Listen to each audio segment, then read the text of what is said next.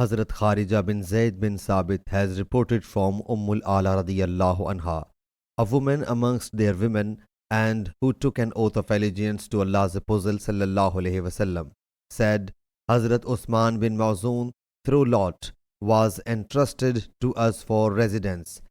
When the helpers cast lots for the immigrants' dwellings, he fell ill and we meticulously tended him, but he passed away. So we shrouded him in his clothes.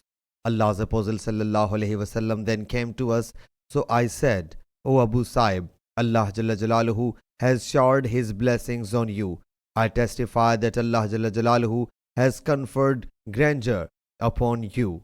He sallallahu alaihi wasallam thereupon asked, How do you know? I submitted, By Allah Jalla Jalaluhu, I know nothing. He sallallahu alaihi wasallam said, As for he has passed away, and I hope good for him from Allah Jalla Jalaluhu. But by Allah Jalla Jalaluhu, I don't know by conjecture what will be done to me and you, though I am Allah's Apostle sallallahu alaihi wasallam. Hazrat Ala radiyallahu anha thereupon submitted, By Allah Jalla Jalaluhu, I henceforth will never extol anyone. She later says, I saw a flowing spring for Hazrat Usman in vision. So I visited Allah's Apostle sallallahu alaihi wasallam and mentioned it to him. He sallallahu alaihi wasallam whereupon said, It is his good deed that is ongoing. Sahih Bukhari, Hadith number 7018.